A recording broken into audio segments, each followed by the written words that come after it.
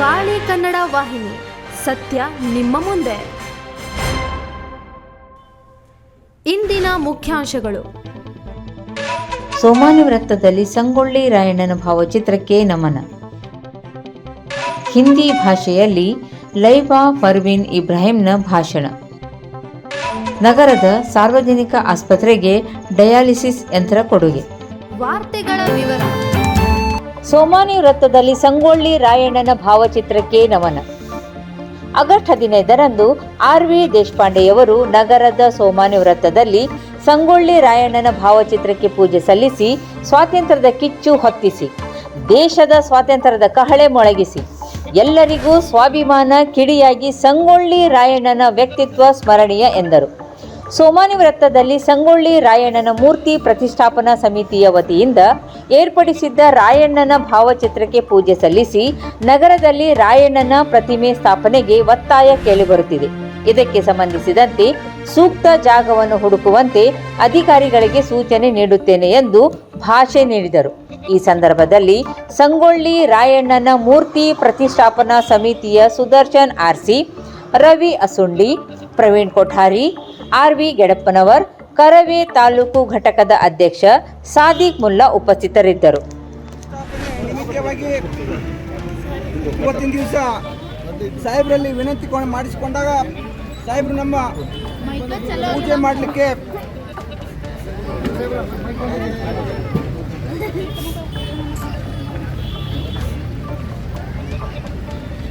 ಸಿಕ್ಕಾಪಟ್ಟೆ ಲಾಂಗ್ ಆಗುತ್ತೆ, distance long ಆಗುತ್ತೆ. ಹಂಗೆ ಬಾಯಲ್ಲಿ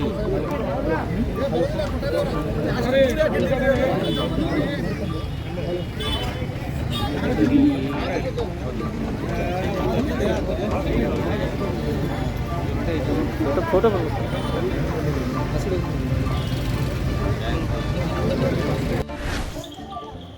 ಹಿಂದಿ ಭಾಷೆಯಲ್ಲಿ ಲೈಬಾ ಪರ್ವೀನ್ ಇಬ್ರಾಹಿಂ ಭಾಷಣ. ಲೈಬಾ ಪರ್ವೀನ್ ಇಬ್ರಾಹಿಂ ಪ್ರಾಥಮಿಕ ವಿದ್ಯಾಭ್ಯಾಸ ಮಾಡಿದ್ದು ಉರ್ದು ಮಾಧ್ಯಮದಲ್ಲಿ. ಈಗ ತೌಹೀದ್ ಆಂಗ್ಲ ಮಾಧ್ಯಮ ಪ್ರೌಢಶಾಲೆಯಲ್ಲಿ 10ನೇ ತರಗತಿಯಲ್ಲಿ ಓದುತ್ತಿದ್ದಾಳೆ. ನಿನ್ನೆ ದಿನ ಆಗಸ್ಟ್ 15ರಂದು ಯಾವ ರೀತಿಯಲ್ಲಿ ಹಿಂದಿ ಭಾಷೆಯಲ್ಲಿ ಭಾಷಣ ಮಾಡಿ ತಾನು ಯಾವ ಭಾಷಣಕಾರರಿಗಿಂತಲೂ ಕಡಿಮೆ ಇಲ್ಲ ಎಂದು ಮತ್ತು ತನ್ನ ಭಾಷಣದ ಮೂಲಕ ಯಾವ ರೀತಿ ಎಲ್ಲರನ್ನೂ ಮೆಚ್ಚುಗೆ ವ್ಯಕ್ತಪಡಿಸಿದಾಳೆಂದು ಅವಳ ಭಾಷಣ ನೀವೇ ಕೇಳಿ. महोदय और मेरे प्रिय मित्रों, आज मुझे खुलकर बोलना है और आप सभी को समझकर सुनना है देशभक्ति एवं राष्ट्र निर्माण. मैं नहीं मानती कि इस दिन राष्ट्रगान में केवल 52 सेकंड खड़े होकर गाना या वंदे मातरम भारत माँ की जय नारों को जोर शोर से लगाना ही देशभक्ति है. मैं नहीं मानती कि व्हाट्सएप, फेसबुक और इंस्टाग्राम के डीपी को 3 रंग में रंगना ही देशभक्ति है, क्योंकि महोदय ये वो सदी है जहाँ स्वहित एवं स्वार्थ की भावनाओं में रचित लोग मुझे नजर आते हैं. ये वो सदी है जहाँ नीति, नियम, नैतिकता जैसे मूल्य कड़ियों को बेचते हुए लोग मुझे नजर आते हैं. ये वो सदी है जहाँ सत्य, अहिंसा, सदाचार, समरसता एवं स्नेह जैसे आदर्शों की धज्जियां उड़ाते हुए लोग मुझे नजर आते हैं. अरे महोदय, जिस घर में दो सगे भाई चैन, अमन, शांति और प्रेम के साथ बड़ी मुश्किल से जिंदगी गुजारते हुए नजर आते हैं, जिस देश के युवा स्नैपचैट, इंस्टाग्राम, फेसबुक, व्हाट्सएप न जाने कैसे सोशल मीडिया पर सेटिंग, डेटिंग और चैटिंग करते हुए नजर आते हैं, तकलीफ तो मुझे तब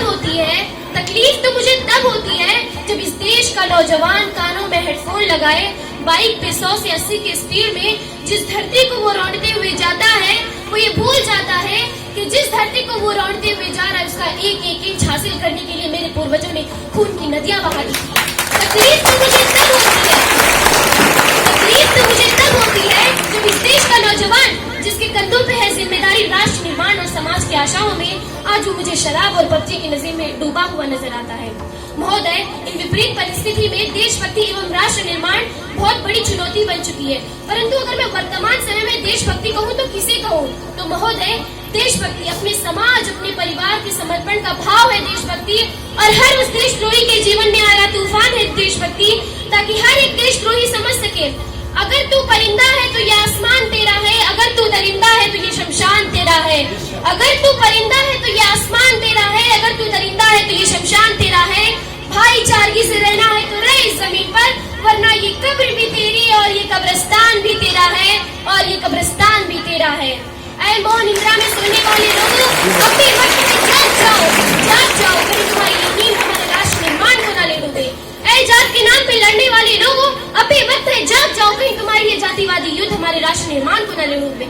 और मैं अपने हिंदू मुसलमान भाई बहनों से कहना चाहूंगी कि तुम्हें लगता है हिंदू खतरे में है, तुम्हें लगता है मुसलमान खतरे में है, तुम्हें लगता है हिंदू खतरे में है, तुम्हें लगता है मुसलमान खतरे में है। धर्म का चश्मा उतार कर देखो मेरे मित्रों, पता चलेगा हमारा हिंदुस्तान खतरे में है, हमारा हिंदुस्तान खतरे में है।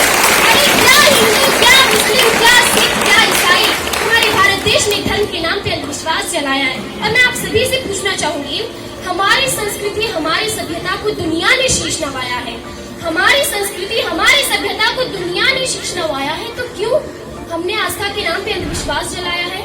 और हमारे राष्ट्र निर्माण न होने का सबसे बड़ा कारण है भ्रष्टाचार। ये रिश्वतें चाहते हैं तो क्या रिश्वतें चलती रहेंगी? ये बलात्कारी चाहते हैं तो क्या लड़कियों की इज्जत लुटती रहेंगी? शराबी चाहते हैं हमारा भारत लुटता रहे तो क्या हमारा भारत लुटता रहेगा? जी नहीं। ऐसे देशद्रोहियों को मैं कहना चाहूंगी, ऐ हवाओं में जहर घोलने वालों, फिजाएं हमारे रुख से बदलती हैं, तुम क्या बदलोगे हंसते हिंदुस्तान का? शेरों के दिलों में माँ भारती बसती है, माँ भारती बसती है। आओ मिलकर संकल्प करें और एकता दिखाएं, क्योंकि अकेले हम बूंद भी नहीं, मिल जाए तो सागर, अकेले हम धागा है मिल जाए तो चादर, अकेले हम कागज है मिल जाए तो किताब, अकेले हम दुआ है मिल जाए तो इबादत, और अकेले हम पत्थर है मिल जाए तो इमारत। ये है मिलने की शक्ति, ये है मिलने का ताकत। तभी इस देश का हर एक नौजवान निडर होकर कह पाएगा कि छोड़ दी हमने कागज की नाव को, अब समंदर की जिम्मेदारी है, क्योंकि ये हमारे देश की जिम्मेदारी नहीं हमें आगे बढ़ाने की, ये हमारी जिम्मेदारी हमारे देश को आगे बढ़ाने की, हमारे राष्ट्र को आगे बढ़ाने की है। मेरे मित्रों, अगर मैं बात यहाँ पे राजनीति की करूँ तो मुझे राजनीति से कोई ऐतराज नहीं, मुझे राजनीति से कोई ऐतराज नहीं, परंतु राज करने की नीति से ऐतराज है, क्योंकि मेरे विचारों में चुना हुआ उम्मीदवार जनता के लिए राजा नहीं, जनता के लिए सेवक होना चाहिए। ऐसे लोगों की वजह से हमारा राष्ट्र निर्माण संभव हो पाएगा। अगर हमारे राष्ट्र को संभव करना चाहते हो तो खून को बहाना होगा, क्रांतिकारी मशाल को जलाना होगा, इस भारत देश को सर्वश्रेष्ठ देश बनाना होगा। एक और चीज मुझे मेरे समाज में नजर आती है, पत्थर की मूर्त को लगते हैं 56 भोग, पत्थर की मूर्त को लगते हैं 56 भोग, भूखे नंगे तड़पते सो जाते हैं लोग। दिए मंदिर में नहीं, हर गरीब घर की काम आनी चाहिए, चादर मस्जिद में नहीं, हर सर बदन ढकने के काम आनी चाहिए, शांति केवल चर्च में नहीं बल्कि हर दो सगे भाइयों के बीच में आनी चाहिए। हमारा राष्ट्र निर्माण तब तक संभव नहीं जब तक एक नागरिक नैतिक रूप से सटीक, चारित्रिक रूप से भ्रष्ट, मानसिक रूप से दिवालिया, धार्मिक रूप से अंधा, राजनीतिक रूप से गंदा, स्वच्छ मूल्य के आंकड़ों में जीर्ण शीर्ण पैबंद में अखंड भारत को खंड खंड करता रहेगा, तब तक हमारे देश का राष्ट्र निर्माण संभव नहीं।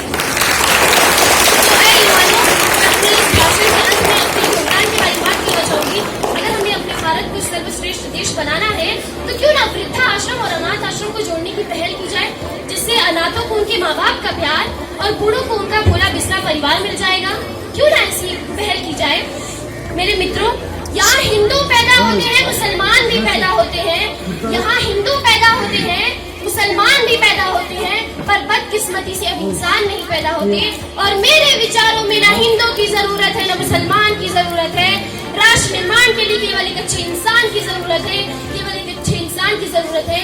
जरा सोच कर देखिए, ये पेड़ पौधे शाखाएं भी परेशान हो जाएं, ये पेड़ पौधे शाखाएं भी परेशान हो जाएं, अगर परिंदे हिंदू और मुसलमान हो जाएं, अगर परिंदे हिंदू और मुसलमान हो जाएं। भाषण के अंत में कहना चाहूंगी, ऐ युवानों, संकल्प करो कि आजादी की कभी शाम नहीं होने देंगे, देशभक्तों की कुर्बानी को बदनाम नहीं होने देंगे। बची हो गरम लहू की बूंद भी एक भी शरीर में, बची हो गरम लहू की बूंद भी एक भी शरीर में, तब तक माँ भारती का चरण नीलाम नहीं होने देंगे, नीलाम नहीं होने देंगे। जय हिंद। ನಗರದ ಸಾರ್ವಜನಿಕ ಆಸ್ಪತ್ರೆಗೆ ಡಯಾಲಿಸಿಸ್ ಯಂತ್ರ ಕೊಡುಗೆ. ಹಳಿಯಾಳದ ವಿಆರ್ ದೇಶಪಾಂಡೆ ಮೆಮೋರಿಯಲ್ ಟ್ರಸ್ಟ್ ವತಿಯಿಂದ ದಾಂಡೇಲಿ ಸಾರ್ವಜನಿಕ ಆಸ್ಪತ್ರೆಗೆ ಕೊಡುಗೆ ಮಾಡಿದ ಸುಮಾರು 8 ಲಕ್ಷ ಮೌಲ್ಯದ ಡಯಾಲಿಸಿಸ್ ಯಂತ್ರವನ್ನು ಶಾಸಕ ಆರ್.ವಿ. ದೇಶಪಾಂಡೆ ಮಂಗಳವಾರ ಲೋಕಾರ್ಪಣೆ ಮಾಡಿದರು. ಈ ಸಂದರ್ಭದಲ್ಲಿ ವೈದ್ಯಾಧಿಕಾರಿ ಅನಿಲ್ ಕುಮಾರ್ ನಾಯ್ಕ್, ವೈದ್ಯರಾದ ನೀರಜ್ ನಾಯ್ಕ್, ಎಸ್.ವಿ. ಭಂಟ ಹೆಗಡೆ, ನಗರಸಭೆ ಸ್ಥಾಯಿ ಸಮಿತಿ ಅಧ್ಯಕ್ಷ ಅನಿಲ್ ನಾಯ್ಕರ್ ಸದಸ್ಯರು ಹಾಗೂ ಪಕ್ಷದ ಕಾರ್ಯಕರ್ತರು ಉಪಸ್ಥಿತರಿದ್ದರು.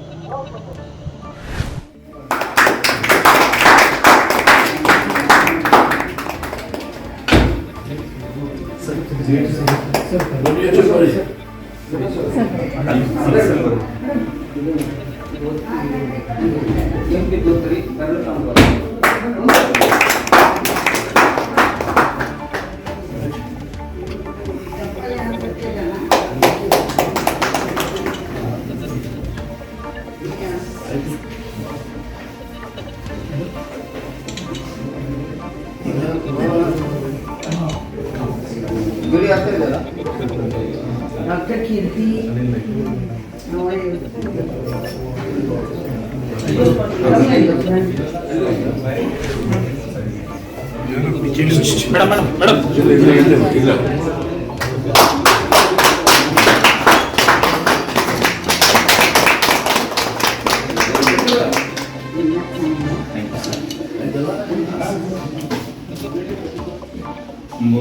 ಈಗ 5 ಕೇಸಸ್ ಇದೆ ಸರ್, ಮೊನ್ನೆ 2 ಆ್ಯಡ್ ಮಾಡ್ಕೊಂಡಿದ್ದೀವಿ. 7 ಕೇಸಸ್ ಡಯಾಲಿಸಿಸ್ಗೆ ಈಗ ಆಗಿದ್ದಾರೆ ಸರ್. ಸೊ 3 ಮಷೀನ್ ಈಗ ನಮಗೆ ಇರೋದ್ರಿಂದ ನಮ್ಮ ಸ್ಟಾಫ್ ಒಂದೇ ಇದೆ ಸರ್, ಇನ್ನೊಂದು ಸ್ಟಾಫ್ ಅವರೇನು ಕೊಟ್ಟು ಬಿಟ್ರೆ ಸೊ ಓವರಾಲ್ ಮತ್ತೆ ನಮಗೆ ಡ್ಯೂರೇಷನ್ ಅಂದರೆ ಅವರೇ ಹೇಳೋದಲ್ಲ ಮಷೀನ್ಸ್ ಇಲ್ಲ ಅಂತ ಹೇಳಿದ್ರೆ ಮಷೀನ್ ಕೊಟ್ಬಿಟ್ಟು ನಾವು ಸ್ಟಾಫ್ ಕೊಡೋದ್ರಿಂದ ಇವ್ರು ನೋಡೋಲ್ಲ ಡಿ ಸೊ ಅವ್ರಿಗೂ ರಿಕ್ವೆಸ್ಟ್ ಮಾಡ್ತೀವಿ. ನೋಡಿ ಇಂಡಸ್ಟ್ರಿಯಲ್ ಟೌನ್ ಇದೆ ಇದು, ತೊಂದರೆ ಆಗ್ತಾ ಇದೆ. 2 ಮಷೀನ್ ರಿಪೇರಿ ಕಂಡೀಷನ್ ಇದೆ. ನಾನೇ ಮಾತಾಡಿದೆ 15 ಮಷೀನ್ ಎರಡು ಮಷೀನ್ ರಿಪೇರ್ ಮಾಡಿದ ಮಾತಾಡಿ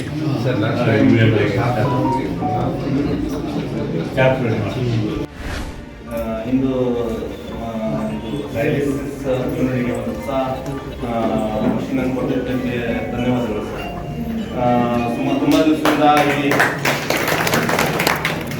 ತುಂಬ ದಿವಸದಿಂದ ಇಲ್ಲಿ ಡಯಾಲಿಸಿಸ್ ಇದರಿಂದ ಸರಿಯಾಗಿ ಎಲ್ಲರಿಗೂ ಇದು ಡಯಾಲಿಸಿಸ್ಗೆ ಅವಕಾಶ ಸಿಗ್ತಾ ಇಲ್ಲ ಅಂತ ಹೇಳಿ ಕಂಪ್ಲೇಂಟ್ಸ್ ಭಾಳ ಬರ್ತಾ ಇತ್ತು. ಕೆಲವೊಂದು ದಿವಸ ಮಷಿನ್ ಕಟ್ಟಿ ಒಂದೇ ಮಷಿನಲ್ಲಿ ಕೆಲಸ ನಡೀತಾ ಇತ್ತು. ಅದರಲ್ಲಿ ಸಂಜೀವನಿ ಅವರು ಟ್ರಸ್ಟಿಂದ ಒಂದು ಸ್ವಲ್ಪ ಹೆಲ್ಪ್ ಅಷ್ಟೇನು ಸರಿಯಾಗಿ ಆಗದೆ ಜನರಿಗೆ ತೊಂದರೆಗಳು ಭಾಳ ಆಗ್ತಾ ಇತ್ತು. ಸ್ಟಾಫ್ ಇಬ್ಬರಿದ್ದವ್ರಿಗೆ ಒಬ್ಬ ಸ್ಟಾಫನ್ನು ಅವರು ಕಡಿಮೆ ಮಾಡಿ ಆದರೂ ಹೇಗೋ ಮಾಡಿಕೊಂಡು ಭಾಳ ಇದು ನಡೆಸ್ತಾ ಇದ್ವಿ ಸರ್. ಅದರ ತೊಂದರೆಗಳು ಭಾಳ ಆಗ್ತಾ ಇತ್ತು, ಭಾರಿ ಕಂಪ್ಲೇಂಟ್ಸ್ ಬರ್ತಾ ಇತ್ತು. ಸೊ ಈಗ ತಮ್ಮ ಒಂದು ಇದರಿಂದ ಸರ್ ಒಂದು ಮಷೀನ್ ಒಂದೇ ಮಷೀನಲ್ಲಿ ನಡೆಸ್ತಾ ಇದ್ದು, ಈಗ ನಮ್ಮ ಕೈಯಲ್ಲಿ 3 ಮಷೀನ್ ಬಂದಿದೆ. ಸೊ ಒಂದೊಂದು ರಿಪೇರಿನೂ ಆಯ್ತು, ರಿಪೇರ್ ಆಗೋದಿಲ್ಲ ಅಂತ ಹೇಳಿದ್ದು ರಿಪೇರ್ ಆಗಿದೆ ಸರ್. ಇನ್ನೊಂದು ಈಗ ಹೊಸ ಮಷೀನ್ ಇದು ಒಂದೊಂದು ಬೆಸ್ಟ್ ಮಷೀನ್ ಮಾಡಿ. ಸೊ ಇದರಲ್ಲಿ ನಮಗೆ ಒಳ್ಳೆ ಇದರಿಂದ ಹೆಲ್ಪ್ ಆಗುವಂತೆ ನೋಡ್ಕೊಳ್ತೀವಿ ಸರ್ ನಾವು. ಬಟ್ ಮೋರ್ ಓವರ್ ಈಗ ಸಂಜೀವನಿಯಿಂದ ಏನಾದ್ರು ಬರ್ತದೆ ಕನ್ಸ್ಯೂಮರ್ ಬಂದಿಲ್ಲ ಅಂದ್ರೆ ನಮ್ಮ ಹಾಸ್ಪಿಟಲ್ ಇಂದಾನೆ ಕನ್ಸ್ಯೂಮರ್ಸ್ ತರುವಂಗೆ ಮಾಡಿದ್ದೀನಿ. ಸೊ ಅದರಿಂದನೂ ಜನಕ್ಕೆ ಒಟ್ಟು ತೊಂದರೆ ಆಗ್ತಿದ್ದಂಗೆ ನೋಡ್ಕೊಳ್ತಾ ಇದ್ದೀನಿ ಸರ್. ನಿಮ್ಮ ಆಶೀರ್ವಾದ ಅಂತಿದ್ರೆ ವಿಲ್ ಸರ್. ಮತ್ತೆ ಸರ್ ಹಾಸ್ಪಿಟಲ್ ನಮ್ದು ಇದು CHC 50 ಬೆಡೆಡ್ ಹಾಸ್ಪಿಟಲ್ ಆಗಿರೋದ್ರಿಂದ ನಮ್ದು ಎಲ್ಲ ದಾಂಡೇಲಿಯಲ್ಲಿ ಎಲ್ಲಾನು ತಾಲೂಕು ಹಾಸ್ಪಿಟಲ್ಗಳ ತಾಲೂಕು ಆಫೀಸಸ್ ಆಗಿದ್ದಾವೆ. ಬಟ್ ನಮ್ದು ತಾಲೂಕು ಹಾಸ್ಪಿಟಲ್ ಆಗಿ ಇನ್ನೂ ಕನ್ವರ್ಟ್ ಆಗಿಲ್ಲ ಸರ್. ಸೊ ತಾಲೂಕು ಆಗುವಂಗೆ ನೀವು ಒಂದು ಅದು ಬೇರೆ ಸರ್, ಅದೇನು ಸರ್ ನಾನು ಮಾಡಿದ್ದೀನಿ. ನಾನೇ ಮಂಜು ಮಾಡಿಸಿದ್ದು ಅದು ಇದು ಕಣ್ಣಲ್ಲಿ ತಗೊಳ್ಕೊಳ್ಳೋದು ಏನಿದೆ ಅಪ್ಗ್ರೇಡ್ ಮಾಡುವಾಗ ಅದು ಇದು 100 ಬೆಡ್ ಆಗಬೇಕು. ಅದು ತಾಲೂಕು ಹಾಸ್ಪಿಟಲ್ ಆಗಬೇಕು. ತಾಲೂಕು ಹಾಸ್ಪಿಟಲ್ ಆಗಬೇಕಾದ್ರೆ 100 ರಿಪೋರ್ಟ್ಸ್ ಇರಬೇಕು. ಅದು ನೀವು ಎಕ್ಸ್ಪೆಕ್ಟ್ ಮಾಡಿರಲ್ಲ ಆಗ್ಬೋದು. ದಾಂಡೇಲಿ ಈಗ ತಾಲೂಕು ಪ್ಲೇಸ್ ತಾಲೂಕು ಇದೆ, ತಾಲೂಕು ಪ್ಲೇಸ್ ಆಗಿದೆ. ಸೊ ಇಲ್ಲಿ 4 ಪಂಚಾಯತ್ ಬರ್ತಾವೆ. ದಾಂಡೇಲಿ ಅಂಡ್ 4 ಪಂಚಾಯತ್ ಇಲ್ಲಿ ಬರ್ತಾರೆ. ಮುನ್ಸಿಪಲ್ ಏರಿಯಾ ಕೌನ್ಸಿಲ್ ಟೌನ್ ಹಾಗಾಗಿ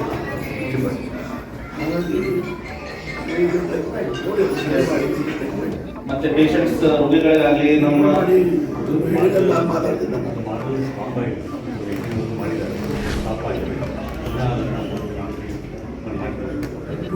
ಅಪ್ರೂವ್ ಮಾಡಿದ್ರು.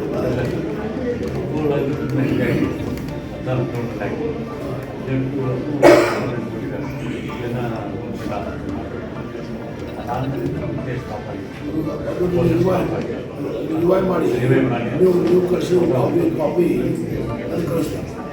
ನಾವು ಇಂಗ್ಲೀಷ್ ಮಾತಾಡೋದು ನಂಬಿಕೊಳ್ಳೋದಿಲ್ಲ. ನಮ್ಮ ಚಾನೆಲಿಗೆ ನೀವೇ ವರದಿಗಾರರು. ನಿಮ್ಮ ನಗರದಲ್ಲಿ ಮನೆಯ ಅಕ್ಕಪಕ್ಕದಲ್ಲಿ ಯಾವುದಾದರೂ ಘಟನೆ ಅಥವಾ ಸುದ್ದಿ ಇದ್ದರೆ ಕರೆ ಅಥವಾ ವಿಡಿಯೋ ಮೂಲಕ ತಕ್ಷಣ ನಮ್ಮ ಕಾಳಿ ಕನ್ನಡ ನ್ಯೂಸ್ ತಂಡಕ್ಕೆ ಕಳುಹಿಸಿ. ಅದನ್ನು ನಾವು ನಮ್ಮ ಚಾನೆಲ್ ಮುಖಾಂತರ ದಾಂಡೇಲಿ ಜನರಿಗೆ ಪ್ರಸಾರ ಮಾಡುತ್ತೇವೆ. ನಮ್ಮ ಚಾನೆಲ್ ಮುಖಾಂತರ ನಿಮ್ಮ ಸ್ನೇಹಿತರ ಅಥವಾ ಪರಿವಾರದ ಸದಸ್ಯರ ಹುಟ್ಟುಹಬ್ಬದ ಹಾಗೂ ಇನ್ನಿತರ ಶುಭ ಕಾರ್ಯದ ಶುಭಾಶಯದ ಜಾಹೀರಾತನ್ನು ನೀಡಬಹುದು. ನಮ್ಮ ವಾಟ್ಸಪ್ ನಂಬರ್ 9986177322. ನಾನು ನಿಮ್ಮ ಪ್ರತಿನಿಧಿ doctor Poornima D P, cameraman Latesh Chatla, Kali Kannada news Dandeli. ಇದು ನಿಮ್ಮ ವಾಹಿನಿ. ದಯವಿಟ್ಟು ನಮ್ಮ ಚಾನೆಲ್ ಅನ್ನು ಸಬ್ಸ್ಕ್ರೈಬ್ ಮಾಡಿ. ನಿಮ್ಮ ಸಲಹೆ ನಮ್ಮ ಮುಂದಿನ ದಾರಿ.